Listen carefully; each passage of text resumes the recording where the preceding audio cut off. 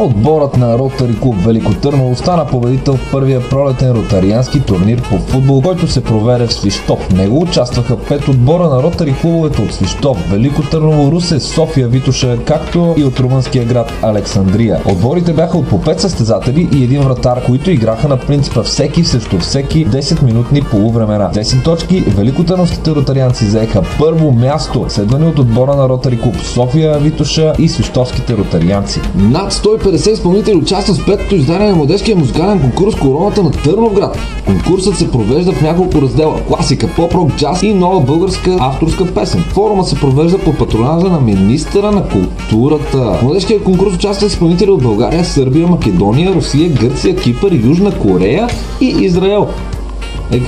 Велико Търново е първата спирка на участниците в първата мотообиколка на България, инициирана от любители и пътна полиция. Трагични инциденти са загинали на пътя млади хора, един от поводите да бъде организирана мотообиколката. В нея участва група от 15 мотоциклетисти, които ще преминат по маршрут София, Велико Търново, Варна, Бургас, Ямбол, Пловдив, София. Като по пътя те ще се срещнат със свои фенове в цялата страна. Намеренията са да се изминат 1000 км за 12 часа по българските пътища, но ако тези условия се окажат неизпълними при спазване на строга безопасност на движенията, изискванията ще бъдат променени. Премиерът Сергей Станишев ще се включи в тържествата, посветени на патронния празник на Великотърновския университет 11 май. На този ден Българската православна църква почита паметта на светите братя Кирил и Методий, чието име носи университетът.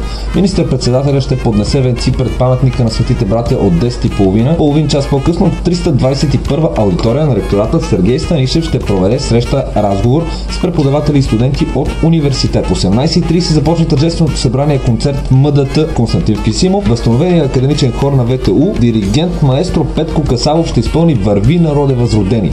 Празничната програма ще продължи на 12 май, когато ще бъде подписан меморандум за сътрудничество между университетите, които носят имената на солунските братя. Браво! Виртуозният музикант Теодосий Спасов ще бъде почетен председател на втория Dixie Jazz Fest, който се организира в Велико Търново на 21 и 22 май. Специален гост на единствения за страната подобен фест ще бъде известната джаз певица Ялдъс Ибрахимова. Във второто издание на фестивала ще участват над 160 изпълнители от 13 формации от България, Гърция и Молдова.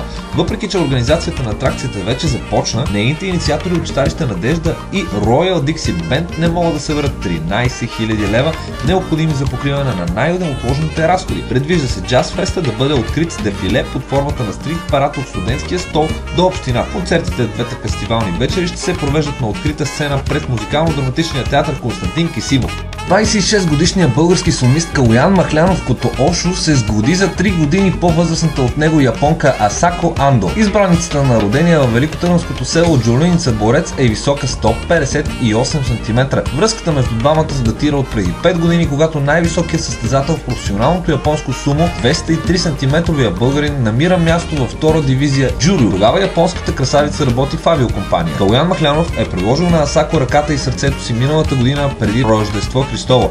Сватбената церемония е планирана за февруари 2010. Честито! Какво е май месец без Гергьовден? На 6 май се чества паметта на свети великомъченик Георги Победоносец, който е сред най-почитаните у нас светци още от покръстването на българите преди 11 век. Свети Георги е от малкото светци, почитан и славен както от християни, така и от мюсюлмани. Празникът се чества като ден на храбростта и празник на българската армия. За българите Гергьовден е един от най-големите тържествени народни празници, който поставя началото на лятото или новата стопанска година. На този ден се прави курбан в чест на свети Георги, пече се агне и цялото семейство се събира на празничната трапеза. Имен ден празнуват Георги, Гергана, Гинка, Галя, Ганка и Ганчо. Честито!